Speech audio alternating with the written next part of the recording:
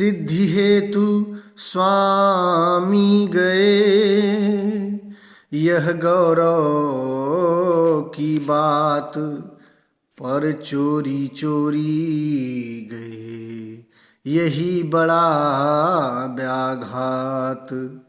सखी वे मुझसे कह कर जाते, कहे तो क्या मुझको वे अपनी पथ बाधा ही पाते। मुझको बहुत उन्होंने माना, फिर भी क्या पूरा पहचाना। मैंने मुख्य उसी को जाना, जो वे मन में लाते। सखी वे मुझसे कह कर जाते, स्वयं सुसज्जित करके क्षण में प्रियतम को प्राणों के पण में। हम ही भेज देते हैं रण में, छात्र धर्म के नाते। सखी वे मुझसे कह कर जाते, हुआ न यह भी भाग्य अभागा।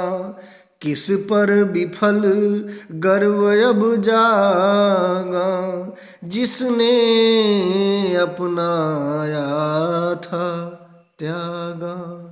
रही स्मरण हो आते, सखी वे मुझसे कह कर जाते।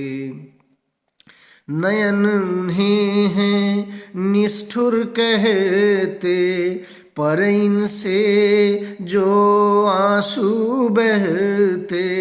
सदय हृदय वे कैसे सहते, गए तरस ही खाते। सखी वे मुझसे कह कर जाते, जाएं सिद्धि पावें वे सुख से। दुखी न हो इस जन जी दुख के दुख से। उपालंभ दूं मैं किस मुख से, आज अधिक वे भाते। सखी वे मुझसे कह कर जाते, गए लौट भी वे आएंगे। कुछ अपूर्व अनुपम लावेंगे, रोते प्राण उन्हें पावेंगे। पर या गाते गाते, सखी वे मुझसे कह कर जाते। नमस्कार सभी साथियों को। एमए प्रथम सेमेस्टर की यशोधरा की क्लास में मैं आप सबको यशोधरा के इस गीत से जोड़ता हूं, जो बड़ा मकबूल और सुप्रसिद्ध गीत है, जिसे हम सब ने निचली कक्षाओं में भी पढ़ रखा है। यशोधरा अपनी एक सखी से उपालंभ देती है। उपालंभ माने उलाहने की जो विरह की शैली है, उस शैली में ये छंद जो है ये लिखा है मैथिली शरण गुप्त ने। और आप इस छंद को ध्यान से देखेंगे तो आपको मिलेगा कि मैथिली शरण गुप्त ने इस पद्यावतरण में यशोधरा के उस आत्मसम्मान को दर्ज किया है, जो आत्मसम्मान एक स्त्री अपने पति से चाहती है, जो उसका नारित्व है और जो उसका दाम्पत्य जीवन में बखरा है, हिस्सा है। उस बखरे की जो गरिमा है, उसके हिस्से की जो गरिमा है, उसके हिस्से की जो डिग्निटी है, उसकी मांग करती हुई, उस टीस से छटपटाती हुई यशोधरा यहाँ दिखाई जाती है। यह एक ऐसा पक्ष है जहाँ स्त्री के मन में जो पुरुषों के द्वारा किए गए तिरस्कार और उपेक्षा के समकक्ष, उसके समानांतर स्त्री की अपनी जो समझ है अपने आत्मसम्मान को लेकर, उसको ये कविता दर्ज करती है। दूसरी तरफ इस छंद में जिस तरीके से बार बार वो पति पर न्यौछावर होने की बात करती है कि वो जैसे रख रहे थे मैं उसी तरह रह रही थी, जो वो मुख्य समझते थे उसे मैं मुख्य समझती थी, तो फिर उन्होंने मुझ पर भरोसा क्यों नहीं किया। तो ये पहलू है, यह अभी पुरुष और पति से किसी स्वतंत्र व्यक्तित्व या किसी बहुत अलग अस्मिता की मांग की बात नहीं है स्त्री की तरफ से। अभी यहाँ द्विवेदी युग में मैथिली गुप्त की इस कविता में ये बात भी हमें साथ साथ जाननी चाहिए कि यह स्त्री की किसी स्वतंत्र और अलग या अलहदा अस्तित्व या अस्मिता की मांग की कविता नहीं है, लेकिन अपने स्पेस की मांग की कविता है, जो पार्श्व में, पति के पार्श्व में, यानी कि पार्श्व का मतलब केवल बगल में नहीं होता, पार्श्व का मतलब जो उसकी सामाजिक और पारिवारिक जीवन में जो उसका पार्श्व बनता है, माने उसका हिस्सा बनता है, उसकी मांग वो करती है, लेकिन वह पति के साथ जुड़कर ही अपनी पहचान को तलाश पा रही है। तो इस माने शक्ति और सीमा के साथ इस कविता को मैं आपसे जोड़ता हूँ। पहली पंक्तियाँ इस तरह हैं कि सिद्ध हेतु स्वामी गए। यशोधरा अपनी सखी से कह रही है कि सिद्धि के लिए, मुक्ति के लिए, दुख से दुनिया को मुक्त कराने के लिए मेरे प्रियतम यानी कि सिद्धार्थ बुद्ध अगर चले गए तो ये गौरव की बात है। इसे वो कहीं से उनके इस गमन को, महाभिनिष्क्रमण को, वह कोई लज्जा की या किसी नकारात्मक अर्थ में उसको नहीं लेती, बल्कि उसे वो गौरव की बात कहती है। पर चोरी चोरी गए यही बड़ा व्याघात। तो सामाजिक संकटों के निवारण के लिए, दुनिया के दुख के निवारण के लिए, यानी कि समाज सेवा के लिए जब पति बाहर चला जाता है अपने परिवार को छोड़कर, तो जो गुप्त की स्त्री है, हरिऔध की स्त्री है, हरिऔध की राधा को आप देखें, हरिऔध की राधा ने पवन दूतिका में प्रिय प्रवास में लिखा कि हरिऔध ने लिखा कि राधा कहती हैं कि प्यारे जावें जग हित करेंगे है चाहे न आवें, माने जाइए आप दुनिया का हित करिए, घर आइए, नहीं भी आएंगे तो मैं संभाल लूँगी खुद को।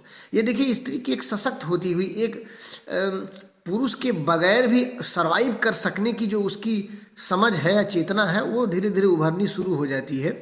और वो सूर की गोपियाँ नहीं जो बेतहासा इंतज़ार कर रही हैं, या जायसी की नागमती भी नहीं है जो अपने तन को जलाकर राख बनाकर प्रियतम के पैरों के तले बिछा देना चाहती है, बिछ जाना चाहती है। यहाँ द्विवेदी युग में आकर स्त्री थोड़ी माने समाज सेवा को अपने व्यक्तिगत इच्छाओं पर वो तवज्जो देती है। जो दौर है नवजागरण का, जो राष्ट्रीय आंदोलन की धमक है, वो इन कविताओं में साफ सुनी जा सकती है। जो उस समय के सुधारवादी आंदोलन हैं, माने आर्य समाज से लेकर ब्रह्म समाज से लेकर जितने भी उस समय सुधारवादी आंदोलन चल रहे हैं, उन सारे आंदोलनों का, उन सुधारवादी आंदोलनों का, उन राष्ट्रीय आंदोलन के उस क्रांतिकारी पक्ष का, जहाँ स्त्री शिक्षा, समाज सेवा, देशभक्ति के मूल्य महत्वपूर्ण मूल्य हैं, उन मूल्यों को कैसे ये कविता तवज्जो दे रही है आपके सामने मैं रख रहा हूँ। सिद्ध हेतु स्वामी गए यह गौरव की बात, पर चोरी चोरी गए यही बड़ा व्याघात। लेकिन दूसरी लाइन में उसका आत्म बोलता है। ये कविता असल में सामाजिक चेतना बनाम वैयक्तिक चेतना के अंतर्द्वंद की भी कविता है।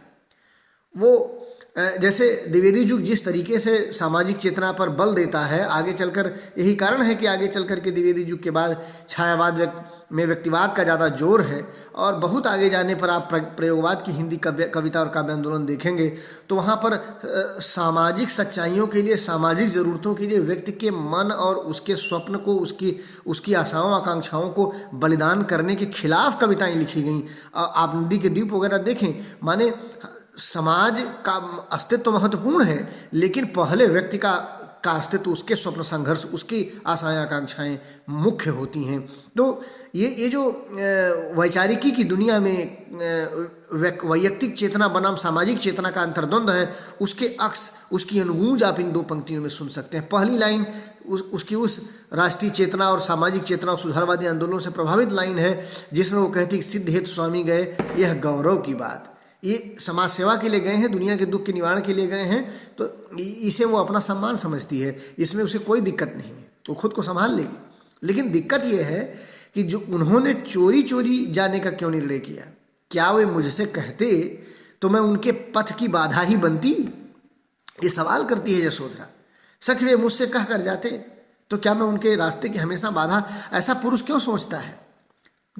मैत्रेय गुप्त ने उस पूरी भारतीय समाज की, उस सामंतवादी पुरुषवादी भारतीय सामाजिक संरचना की उस पोल को खोल के रख दिया है जहां हमेशा से हम स्त्री को पुरुष के पथ की बाधा मानते आए हैं, क्योंकि उसी मान्यता का परिपालन, उसी परिपाटी का परिपालन तो करता है बुद्ध, जिसको वो उलाहने के रूप में कहती है कि क्यों उन्होंने मुझ पर भरोसा नहीं किया। एक बार मुझसे कह देते तो मैं उनके रास्ते की बाधा नहीं बनती। ऐसा क्यों सोचते हैं कि हर हाल में मैं उनके रास्ते की बाधा बनती?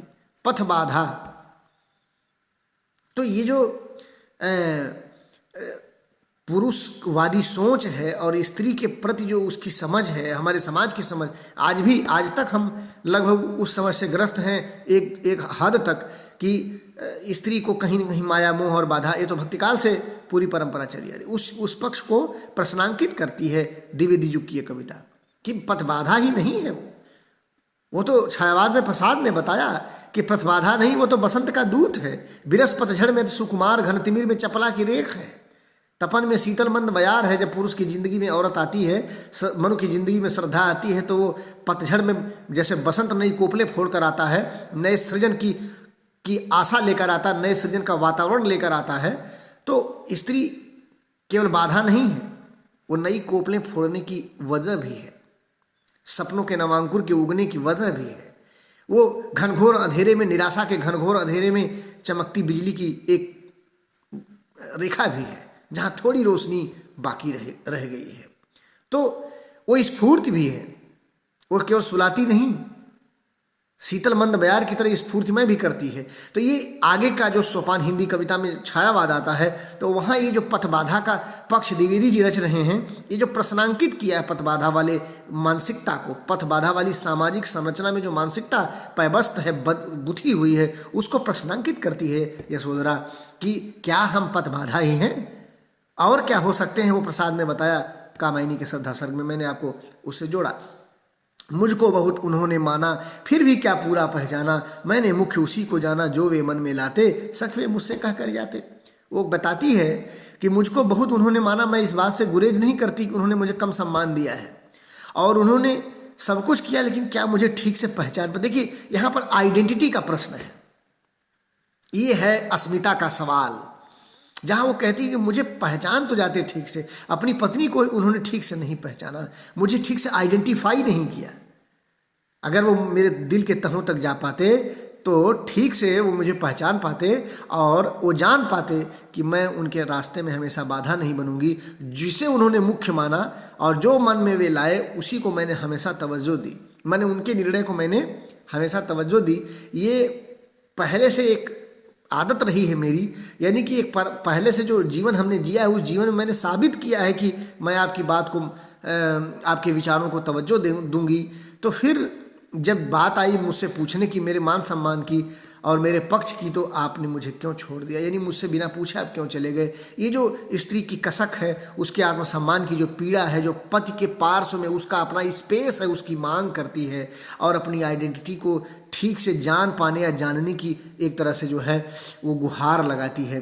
कोई आप देखें निर्मला पुतुल की एक कविता है जिसमें, मुझे वो कविता याद नहीं, आप चाहें तो देख सकते हैं, हिंदी समय .com वगैरह पर मिल जाएगी।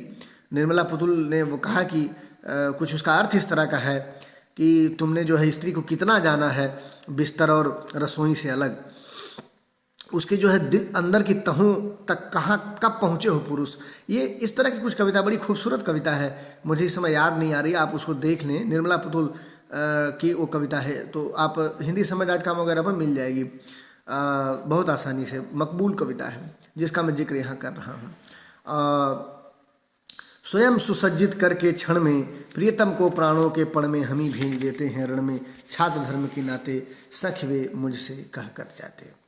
तो वो कहती हैं कि हम वे भारतीय नारियां हैं जो अपने प्रियतम को प्राणों की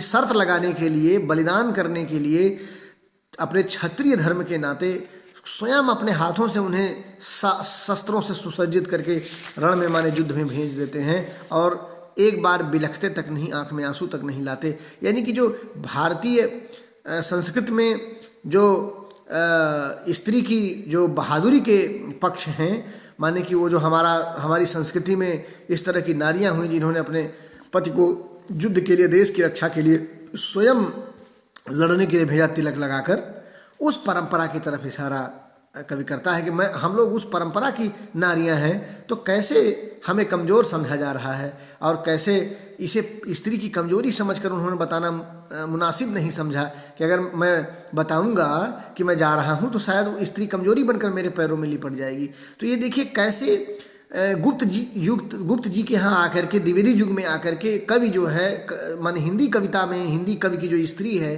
वो कैसे अपनी अबला छवि के खिलाफ एक मृदुल ही सही, एक नरम ही सही, लेकिन सवाल और संघर्ष शुरू कर चुकी है अपनी अबला छवि के खिलाफ। वो अपने माने स्त्री को कमज़ोर माने जाने की पुरुषवादी सोच और संरचना और सामाजिक मान्यता के खिलाफ खड़ी हो रही है। शुरू हो गई है खड़ी होना। महेश्वर गुप्त की बड़ी प्रसिद्ध कविता, इसी जो है यशोधरा की वो कविता कोट की जाती है जब भी इस औरत की बात आती है, द्विवेदी युगी औरत की। वो कहते हैं कि अबला जीवन हाय तुम्हारी यही कहानी, आँखों में है दूध और आंचल में है दूध और आँखों में पानी। तो ये अबला जीवन हाय तुम्हारी यही कहानी को माना जाता है कि जैसे वो मानते हैं मैथिली गुप्त की औरत की यही औकात है कि वो आंचल में दूध रखे, आँखों में पानी रखे। ऐसा नहीं है, ये उसका यथार्थ लिखते हैं मैथिली गुप्त की। ये सच्चाई है कि उसकी आंखों में पानी है, आंचल में दूध है, इसके अलावा उसकी ज़िंदगी की कोई कहानी नहीं है, वो अबला है। लेकिन कैसे गुप्त जी की स्त्रियां उस अबला छवि, उस आंचल में दूध और आंखों में पानी की छवि के खिलाफ खड़ी होती हैं और अपनी उस परंपरा को, अपनी मजबूती की परंपरा को लेकर आगे और सामने आती हैं, वो एड्रेस करती हैं। ये जो एड्रेसिंग एटीट्यूड है वो इस गीत में उभर कर आया है साथियों।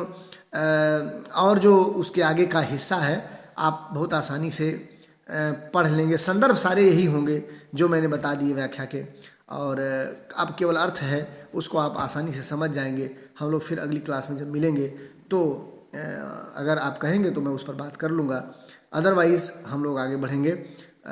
मैं समझता हूँ कि इस गीत का ठीक अर्थ और ठीक व्याख्या अब करने की स्थिति में आप जरूर होंगे। मैं सभी साथियों को यहाँ छोड़ रहा हूँ, अगली क्लास में जब हम लोग मिलेंगे तो आगे बातचीत करेंगे। बहुत बहुत धन्यवाद।